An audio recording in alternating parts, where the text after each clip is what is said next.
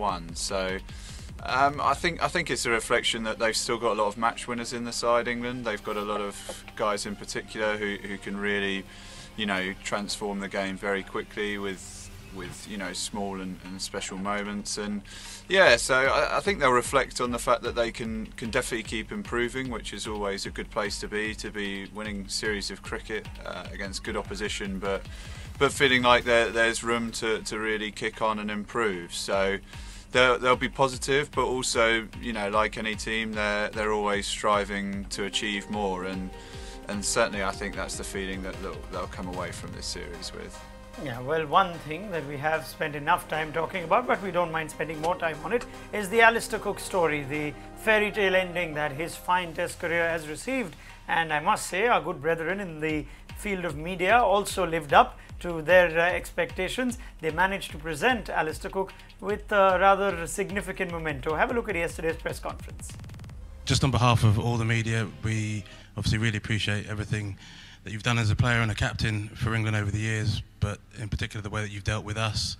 There's been ups and downs, obviously some good and bad times, but you've always kind of dealt with us very professionally, and I think we've had a pretty good relationship, all said and done. So we just wanted to show our appreciation for everything. We got you a little gift. You said to me once when we went out for dinner that you're not really a wine drinker, you're a beer man, you're a lager man. So we've got here, do you want to take that? 32 initially. Okay.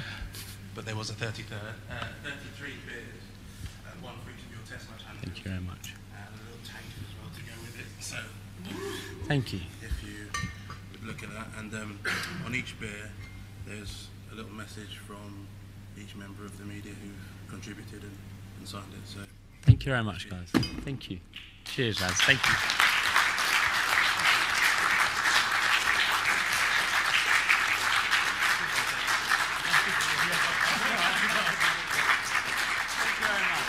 Lovely little touch then from members of the English media. 33 beers to Alistair Cook, symbolic of each of his Test hundreds, with a little message written on each bottle by members of the media. That's nice. We normally see that in football, something which the writers and the correspondents get together and send off, but yeah, nice little touch. Yeah, really good. I mean, again, another sort of example of what everyone thinks about Alistair Cook, or most people think about Alistair Cook. Yeah, they must have had to scramble for an extra beer yesterday after he scored that 33rd 100. But good touch, and who knows, he might have knocked them off last night. Would he have? I was just going to go to that. Toby said yesterday. Toby said yesterday he's got no idea what England will be doing on the fourth night. But 33 beers to Alistair Cook, he seems like a man who'd share them. Yeah, absolutely. I mean, if ever there's incentive to score 100, that's it right there, isn't it? Yeah, I think it's a good reflection of, I guess, you know, the way that he's handled himself, and for the media, you know, to perceive him in the light they have. It's not easy as an England captain and as a player with the pressure, and sometimes those relationships have been strained across the past, I guess. So yeah, I think we've mentioned his teammates in the dressing room, the ovation he got after his 100. And that's sort of almost the final piece that just shows how highly regarded he is across all aspects of the cricketing world, really. Yeah, I mean, the media presenting something out of gratitude, given that, like we heard on that little anecdote before the presentation was made, that there have been ups and downs. I mean, this man was in the middle of a storm with the media, with the whole KP incident, then when he was sacked before the Cricket World Cup from the limited overs slot. Yet, I think some guys, you feel a sense of the bad is not quite as remembered as the good. Yeah, because I mean, that's the job of the media, I suppose. Yeah. I don't think there was any bitterness, or at least we haven't seen any bitterness from Alistair Cook's side, or he never said anything, you know, which was out of the way, and that's a reflection. I mean, they're doing their job. He's trying to get as many runs for England as he could. Again, it's a personality thing, isn't it? How you approach certain situations that have gone by while you've had such a long career. And eventually there's respect from all quarters, which is a testament to how good he's been. 33 beers for a batsman who scored 33 hundreds. You bowlers don't get much. Do you ever got something for the 300 international wickets you took? Members of the media? Just had to fend for ourselves, isn't Yeah, it? poor On thing. the field and off it. It's easier to get beers I than think wine. so deserving of that. I mean, it's such a nice gesture from the journalist. Okay, right. Let's focus our attention to a critical assessment of this series now.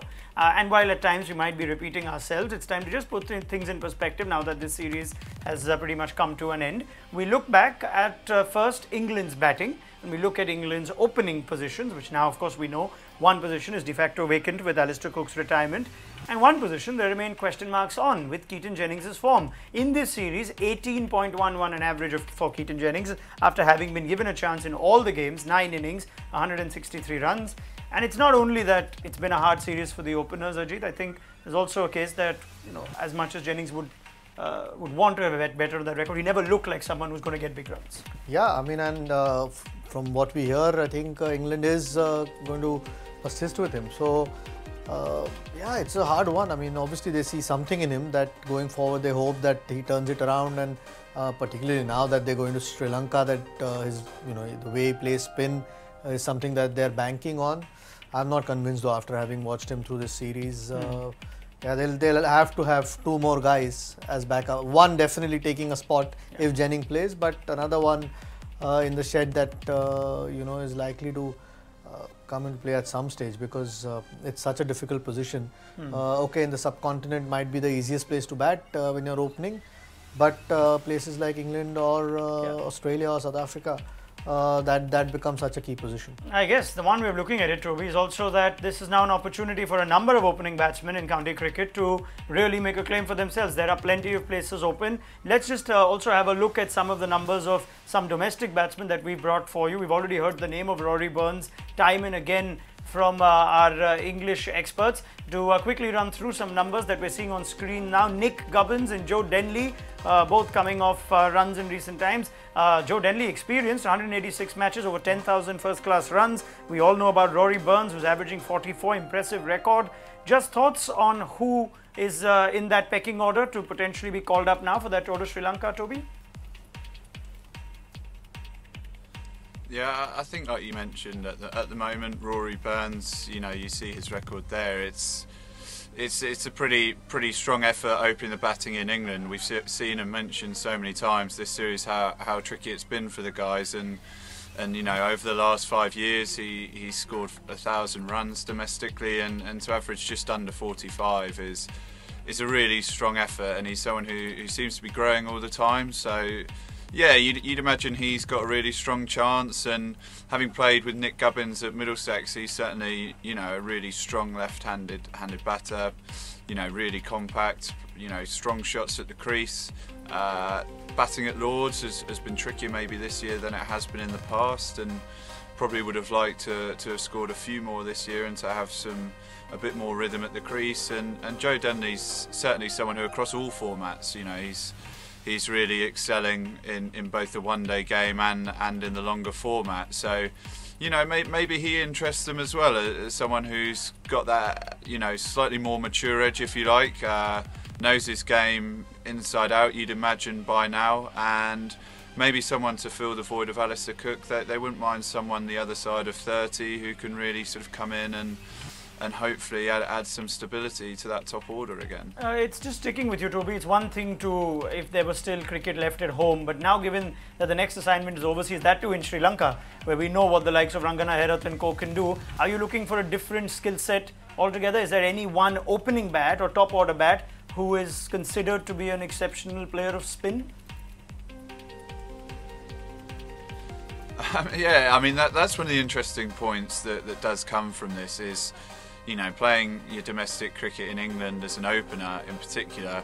Obviously your first task at hand really is being able to play the moving ball and to be able to, you know, really play the ball as late as possible on pitches that do a little bit more. So I would guess that most of the guys are going to suit that style a little bit better, but you know, at the same time, these guys are all players who, you know, at the top of their game practice and always look to improve. So I still think all of them have the ability to adapt their games to the conditions that they play in, and certainly I don't think of the 3 guys that we've mentioned there, any would have a problem with sort of looking to take on you know, the pitches in Sri Lanka and trying to sort of prove that they can adapt to international cricket. Yeah, I mean, maybe for that reason alone, you could get Keaton Jennings have another go 100 in India on debut. Or if you were the England selector, let's say you don't even know much about these three guys, but you know what Keaton Jennings is about. Are you open to the idea of just two fresh faces in Sri Lanka?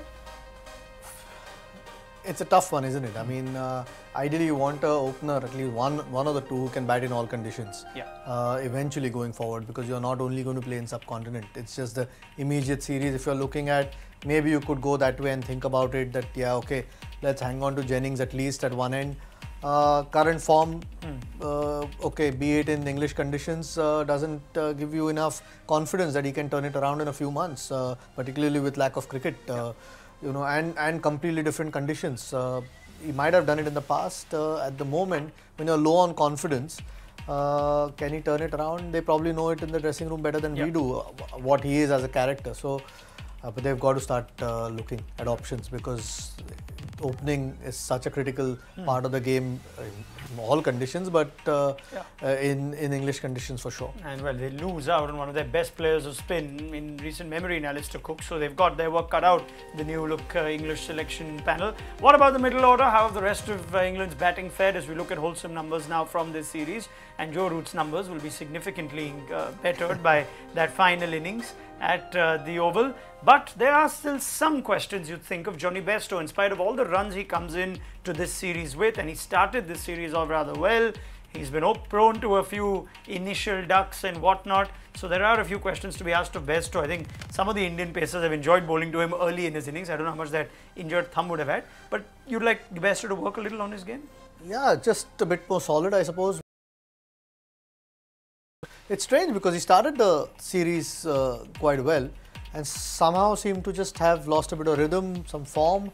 Whether that injury contributed to it, I'm not sure, but just played some pretty, some of his dismissals over the last couple of tests or 3 tests have been, he's got a couple of good balls, but in general have been pretty soft. And for a number 4 or 5 batsman, that's the one thing you don't want. Okay, Root has dropped down to 4 now, which gives them, or Bairstow then bats at number 5.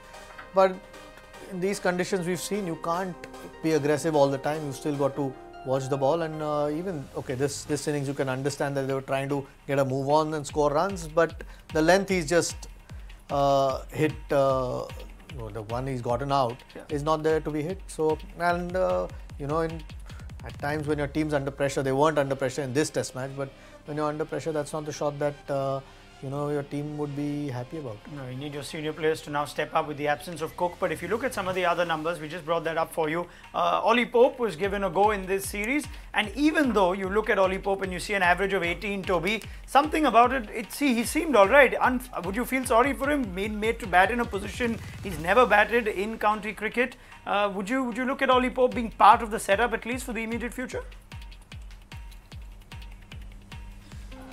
Certainly, when you see him in domestic cricket, and obviously looking at the way that he certainly went out there and tried to put his own sort of game, if you like, and put his stamp on international cricket, he looks like a really cracking player for the future. And you've got to feel that if England are sort of happy for him to come in this series, that they really are looking to him to really grow alongside the international game and develop even further. So you'd hope for his sake that he gets a chance. It's hard to know exactly what direction they'll go in, whether they knew that Alistair was retiring and whether they might feel like they need a bit more experience. But I think he looks like a really fine prospect and someone who is happy to play an attacking game, but also I think this year in particular in domestic cricket has shown that he's able to bat long periods of time as well. So he's already on an upwards curve, and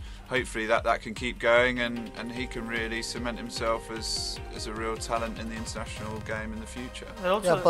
Personally I really like the look of Ollie Pope. Just his approach, just how positive he was. I think it was unfortunate once to get out down leg as well in that 3 innings. Doesn't show much. 54 out of 3, but unfortunate because they kept persisting with Adil Rashid in spite of Moeen being back. In the subcontinent they might play 1 seamer less, and that's where an extra batsman, I would have him next in line if they do play that extra batter. I mean, I guess the other thing is he out of place at number 4 where England tried him, Toby, and now with Moeen Ali seemingly as the immediate future option at number 3, is it too crowded for Ollie Pope to get into 5, 6 or 7? Is it just one of those things that he was batted out of position?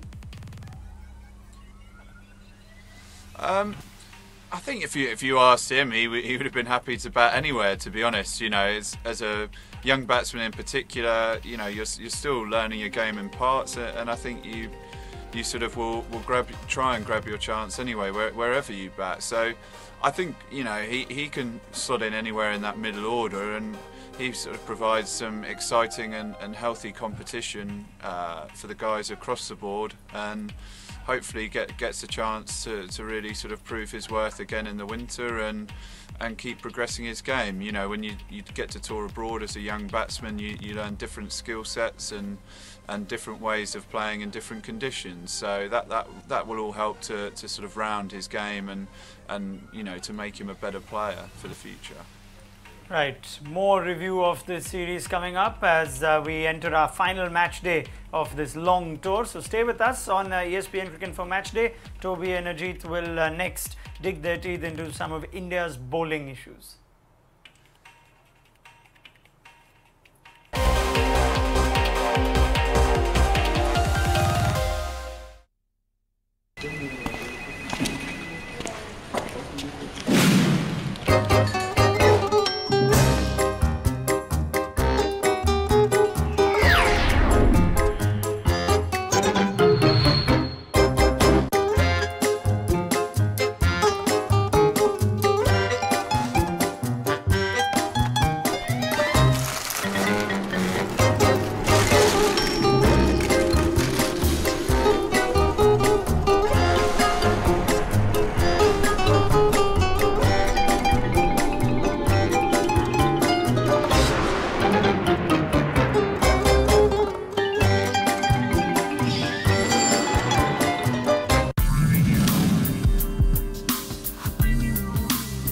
Has the best of the England-India series on E.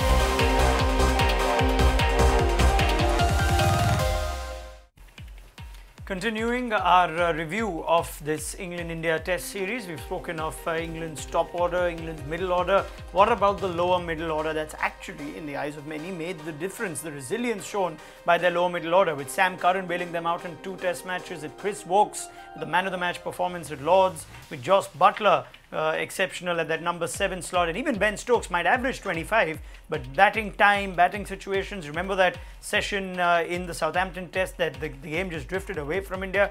In many ways, this seems to be England's most sort of potent force, that the fact that the low middle order, you can never rule them out.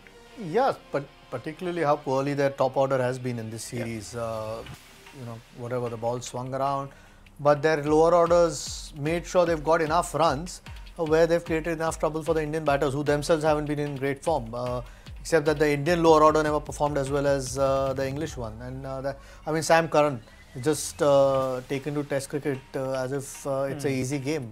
You know, comes and gets some important wickets and then scores crucial runs down the order when the team's generally been in trouble. So yeah, I mean, Ben Stokes, again, you don't have to talk too much about Ben Stokes because he is, in my opinion, the world's best all-rounder at the moment. So had his personal issues to deal with during that Lord's Test, didn't bother them because Woakes stepped in and had a match-winning performance. So yeah, those 4 guys there, if you sit down, the end of this series might just be the difference between the two teams. I don't know who's where in the pecking order, Toby, as far as which all-rounders preferred when, but I'm guessing England have a lovely problem of plenty. Sam Curran, though, as good a series he's had and as impressive he's been with the ball, you feel because he's a value batsman, that might just add a lot more to his value. Do you see him more as someone who will occasionally be handy with the ball, but very handy with the bat? How do you view Sam Curran?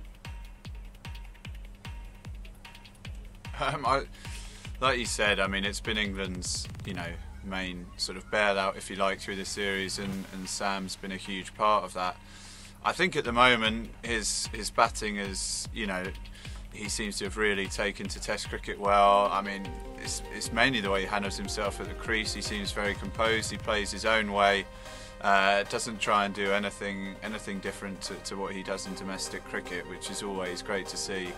and particularly when the ball's swinging, he's a big threat coming back into the batsman. He's quick through the crease, even though he doesn't always look the fastest on the speed gun. He can certainly get onto batsmen a little bit with his low skiddy trajectory. So I think at the moment he's just a particularly exciting cricketer, and it's hard to know where he can take both facets of his game. You know, he'll be looking to continue adding maybe a fraction of pace to his bowling, and his control at the moment seems great, and his batting looks like it can keep improving as well. So it's not a bad problem to have right now for England, to have three all-rounders in the mix who all offer so much with both bat and ball. It's quite a rarity, and like you mentioned, probably been the difference between the sides in the series.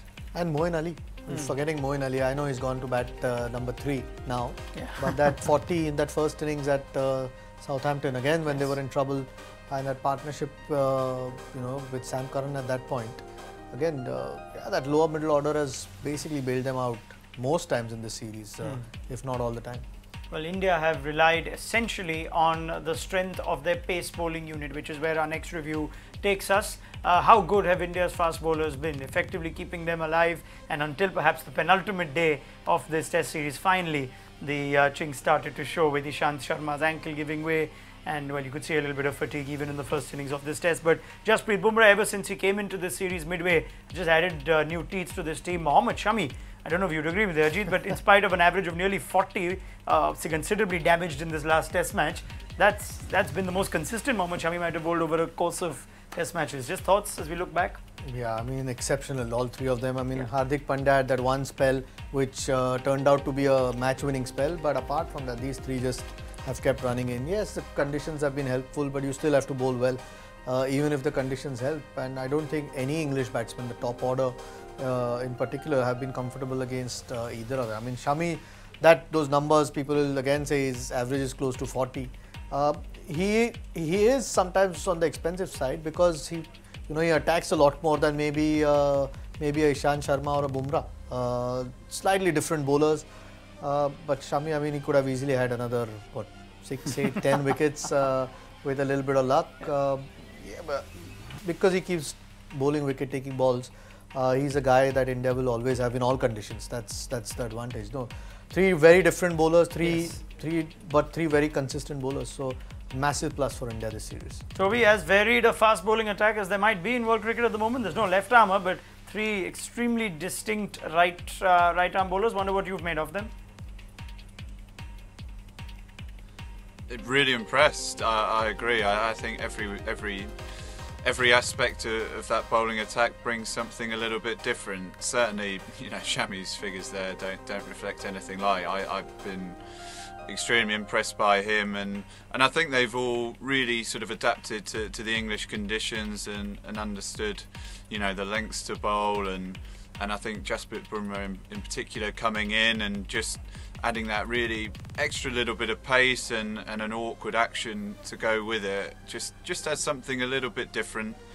Someone who with the old ball can be just as dangerous, as he can be with the new. So yeah, I think they've actually come out of this tour exceptionally well, the Indian bowlers. They've looked fit, they've bowled with good pace throughout the games, and maintained a good aggressive line and length. So and they seem to be prepared to mix up their angles and to always keep the batsman guessing, which I think is always great to see. It doesn't let the batsmen settle, and they've made life as difficult as they could for England's top order in particular. So I think all of them can really come out of this heads held high, knowing that as a unit they've all really gelled well together and bowled excellently. I mean, let's not forget Umesh Yadav, who played the first Test. I thought he bowled really well. Was a little bit unfortunate to miss out in that second one. So that the strength, the bench looks pretty good at the moment, and there are a few guys who are playing for India A as well that seem to be doing well too. So the fast bowling at the moment for India looks pretty solid. Hopefully these guys can stay fit, because in Test cricket will make a huge difference. All right, the question now, I guess, is they've lasted 5 Tests, so that's one good thing for a fast bowler. We've seen bowlers pull up early in a summer in England and captains left with one arm tied behind their back, but How do you manage them going forward now? Even Bumrah showed signs of a little fatigue, and we have mentioned it's going to be hard to maintain this intensity for a long time. Yeah, but I mean, fortunately, the first 3 tests there was enough time to sort of recover. It was the 4th and the 5th test that had a slightly lesser gap. You normally don't get sort of 5-test series. I think you get a 3-match series where it's a lot easier to manage. I think one of the things that the Indian team management's done well is sort of get everyone fit, whether it's a fast bowler or a batter, which eventually shows results on the cricket field. It'll be nice if the batsmen bat longer to give them more rest. But anyway. That is the next challenge for India, to bat well overseas. We'll have that review as well later. Thank you, Ajit Agarkar and Toby Rowland-Jones. We still have a fair bit of reviewing to do today as the series comes to an end. We focus our attention to the first session of Play at the Oval. We'll be back at lunch to see how much of this game has progressed by then.